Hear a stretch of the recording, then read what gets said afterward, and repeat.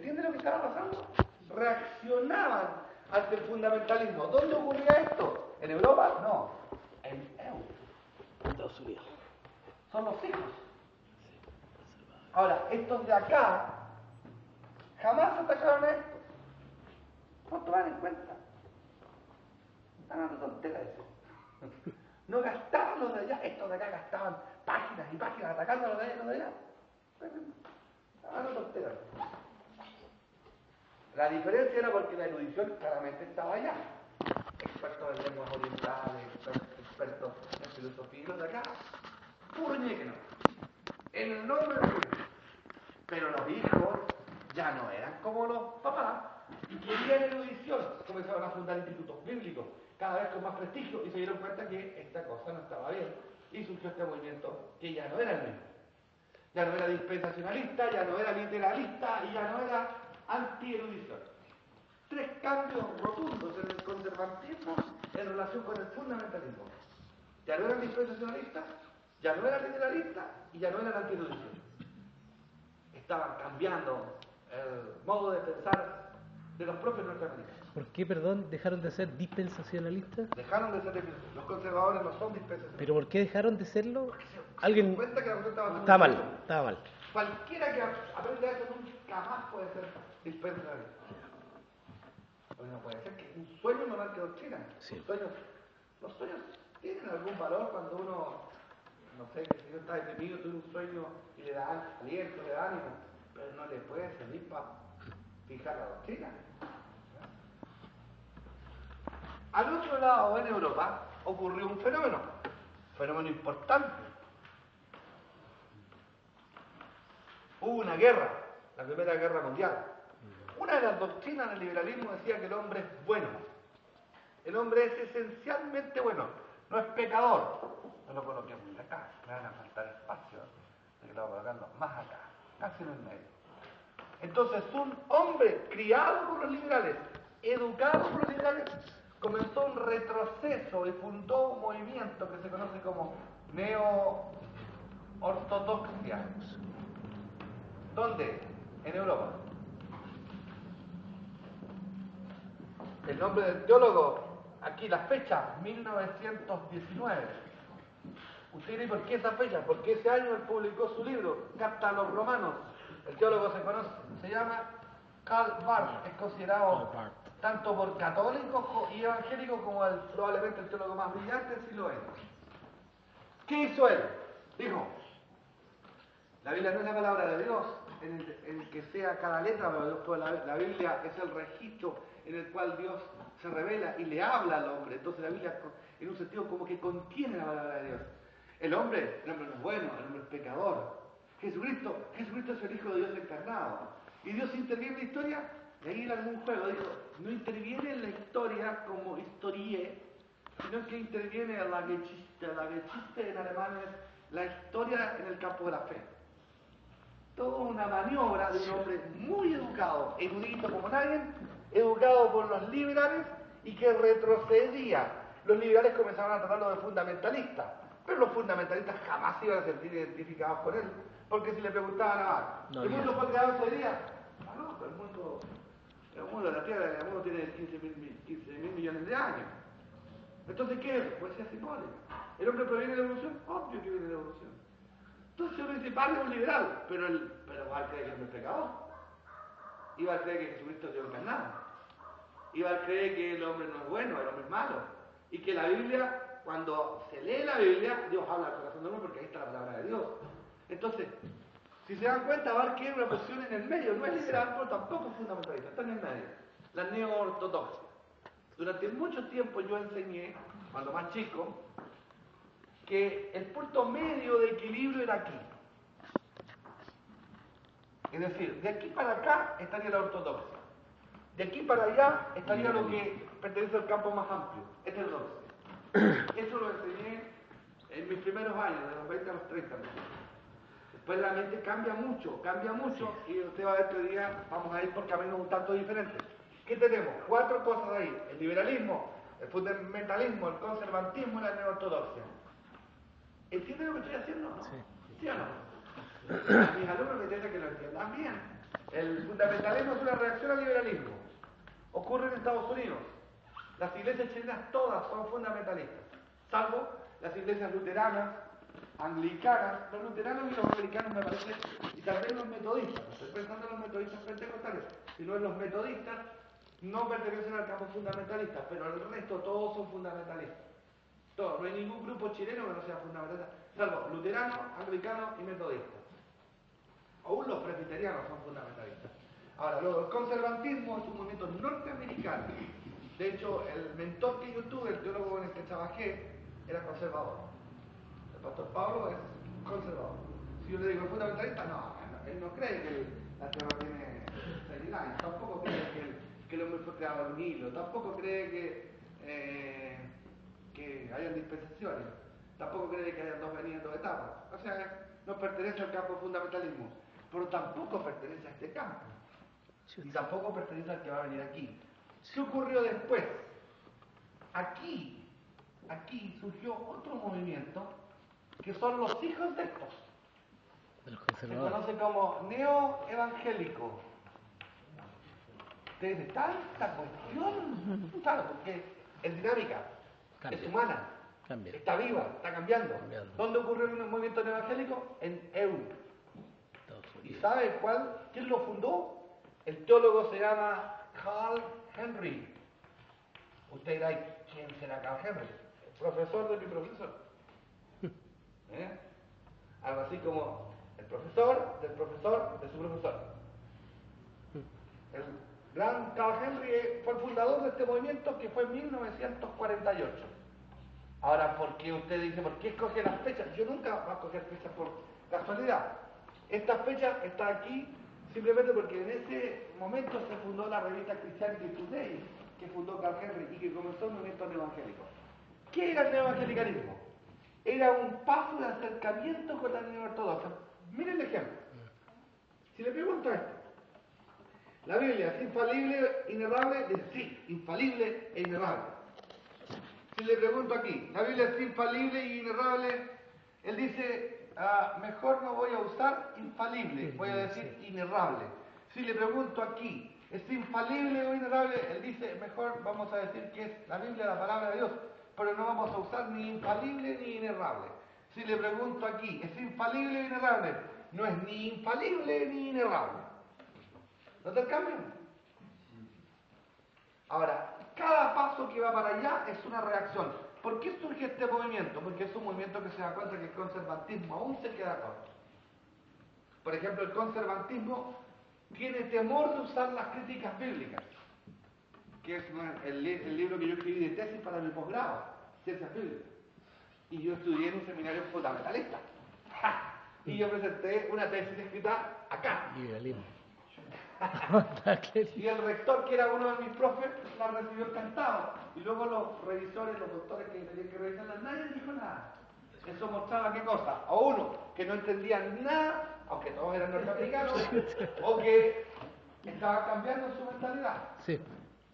Porque yo tampoco la hice hace mucho tiempo, claro, hace más de 40 años que presenté mi tesis.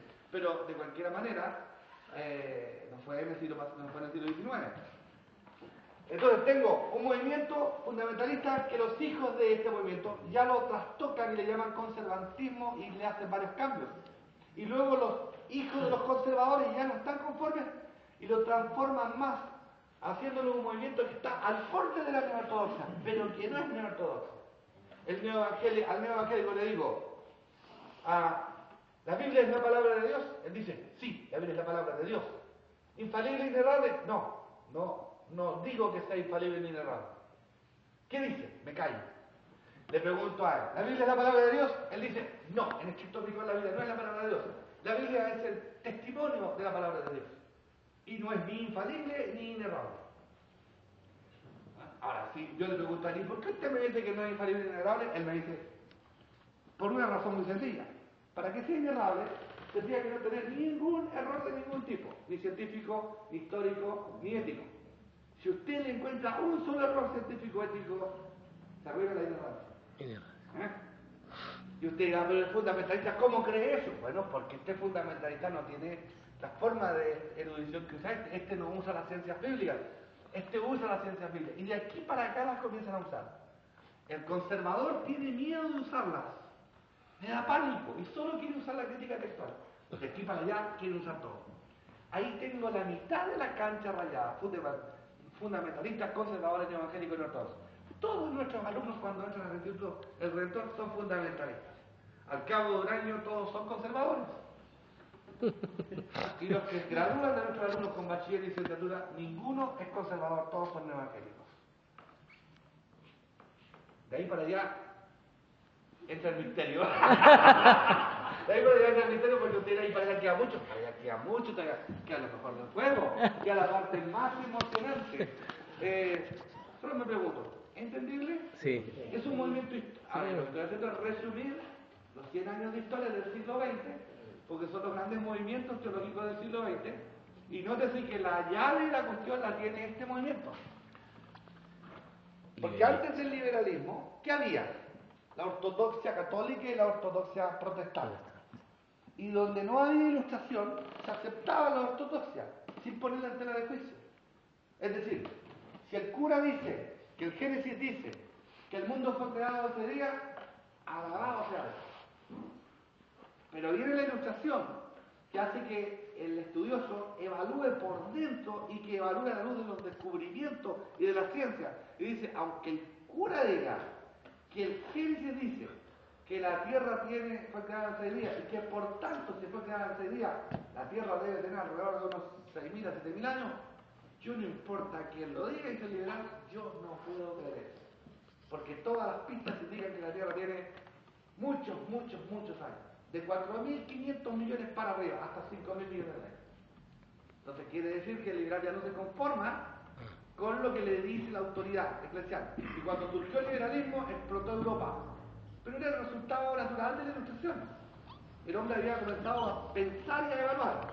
Luego, ese liberalismo, cuando empezó a pensar en Estados Unidos, no pudo. Pero no pudo por una cuestión económica, que tiene que ver con la trata de esclavos, con el dominio de esclavos. Los norteamericanos, desde que fundaron sus colonias, estuvieron agarrando esclavos. Portugueses, españoles, ingleses, franceses, holandeses, italianos, alemanes. Y estamos hablando de más de 400 años de traslado de esclavos. Primero las colonias españolas, las colonias portuguesas. Por eso que están tantos negros en Colombia, en Perú, en Ecuador, en Brasil, y Estados Unidos está lleno, no porque eso no llegaron a las vacaciones. Llegaron todos por trata de esclavos. Entonces, los Estados Unidos no iban a abandonar la trata de esclavos porque era la forma de lucrarse. Bueno, usted estaría feliz teniendo a 100 personas que le trabajan matinés y muy noche gratis. Usted no le paga imposiciones, nada, usted es dueño de ellos. Un día usted disfruta con los monos, los cuelga y los azotan en nombre del Señor. Y todos los que hacían aquello eran evangélicos. Porque las colonias, por si no lo sabe, de las 15 colonias, 14 eran evangélicas. Y una colonia era católica. Y las 15 hacían soldado esclavo. Así que el pasado nos habla muy lindo de nuestros amados hermanos norteamericanos que han tratado a los negros de una manera impresionante. Entonces, el fundamentalismo nace en este contexto, luchando contra esta influencia europea que le dice que tiene que dejar libre a los esclavos. Porque aunque no nos guste, fueron los estados nortinos los que promovieron que se dejara libre a los esclavos. O sea, fueron las ideas del liberalismo. Ahora, el liberalismo es verdad que es fuertemente masónico. Casi todos los teólogos liberales tenían influencias de la masonería. Nuestros padres de la patria, todos en masa eran masones. O'Higgins, San Martín, hasta Carrera, incluso se hizo masón en una logia en Washington, Francisco Miranda, Simón Bolívar, José San Martín, todos eran masones. Así que no nos debe extrañar la relación de la masonería con las ideas liberales que tienen que ver con política, pero también tienen que ver con la teología, la forma como el hombre lee la religión. Luego los movimientos, si se dan cuenta usted, Estados Unidos, Europa, América Latina, en ninguna parte, porque desde el siglo XVI, desde que llegaron los españoles, acá nuestros antepasados solamente obedientes, humildes, pisoteados, hasta más no poder, nos pisaron en la cabeza y nos quitaron absolutamente todo. Y nos dieron dos cosas. Nos dieron la lengua, gracias a Dios el lindo español, estamos agradecidos por eso, ¿no? que yo preferiría hablar... Mapuche. ¿Cómo se llama ese idioma? Quechua. Después me corrige el otro, ¿no? Mapudungú.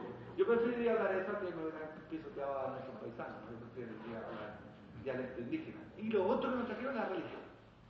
Así que agradecidos de la religión y de la lengua, a cambio les dimos el oro, la plata, las mujeres, el café, los alimentos, todos nuestros tesoros, todas nuestras fuerzas. Nos mataron alrededor de 70 millones de indios solamente en el siglo XVI, que nos morían cada minuto. ¿Qué esos 70 millones de indios? A cambio que nos dejaron la religión y la lengua, ¿no? Con la religión y la lengua estamos agradecidos del favor que nos hicieron los españoles y los portugueses. Así que estamos... Hace poquito que hemos celebrado, ¿cómo se llama? La colonia y el descubrimiento de América. O la barbarie. La invasión, la barbarie, la crueldad. Pero no porque los españoles, porque uno puede decir que los españoles. No, los españoles eran los menos malos de todos los otros europeos. Los ingleses eran malos. Los ingleses eran malos. Los ingleses no querían ni tocar a las indias, por lo menos los españoles se acostaron con nuestras indias y de ahí nacimos nosotros, pero los ingleses extirparon a los indios. Y a las africanas las violaron hasta más no poder. Gente muy noble y tenía religión. Católica y protestante. Cuando uno tiene que hacer apologética al cristianismo, mejor no defienda nada, eso lo diga el único capo de la película es uno solo, el Jesús Nazaret. Él tira capo. Los demás, como diría un lolo, valen hongo todos. Porque el cristianismo la ha hecho tan mal, que por eso uno es absurdo mandar misioneros a... ¿Te das cuenta que no tenemos programa de misiones en nuestras clases? Es absurdo mandar misioneros a África o al Medio Oriente. Jamás los islámicos se van a convertir. Jamás. ¿Y por qué razón? ¿Cómo se van a convertir? Si solo le hemos mandado maldad. Solo maldad. El cristianismo ha metido la pata. Bueno, volvemos a este punto. Si se da cuenta, Estados Unidos, Europa, nada de América Latina, nada de África. No hay teología en esa zona. Se requiere que pasen cosas para que ocurran. En este marco surge un movimiento acá después de la neoortodoxia. Los discípulos de este caballero de Bar, los discípulos consideran que el maestro se quedó corto. Surge un movimiento por aquí, por el medio, que se conoce como neoliberalismo. Ahí es donde está el gran Rudolf Bultmann y Paul Tillich, los grandes teólogos del neoliberalismo. Bultmann y Tillich, ambos teólogos alemanes también. ¿Dónde se da? En Europa. Siempre cuando hablamos de Europa, preferentemente Alemania. Y la fecha, 1950 aproximadamente. Ahí tenemos, este movimiento es un retroceso hacia el liberalismo. Ellos dicen, al profe se le pasó la mano, se puso casi conservador y estaba equivocado. Las diferencias son notables. Si le pregunto a Bar, miren cómo lo vamos a encarar. ¿Cree usted que la Biblia es la palabra de Dios?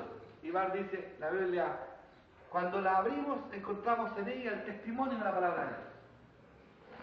Le pregunto a Bultmann o a Tillich, ¿cree usted que la Biblia es la palabra de Dios? Y ellos dicen, la Biblia es un libro que si lo logramos limpiar de las mitologías, encontramos la esencia de la palabra de Dios. Hay una pequeña modificación. Respecto al tema de los milagros, si le pregunto a los de acá, los neoliberales, ¿existen los milagros? La respuesta unánime es no, Dios no interviene en la historia.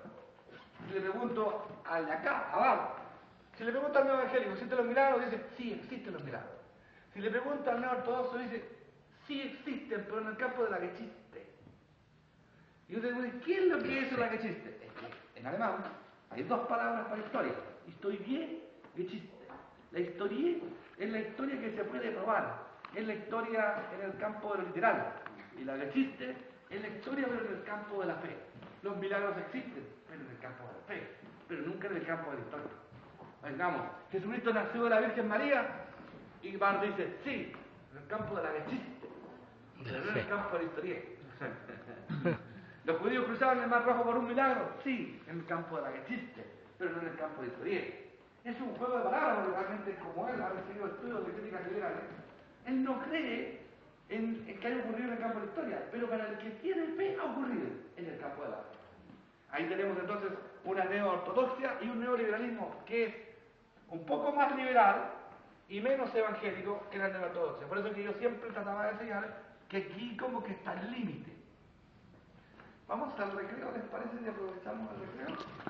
¿Está bien o no? Sí, sí, sí, sí, sí, sí, sí, sí, sí, sí, sí, sí, sí, sí, sí,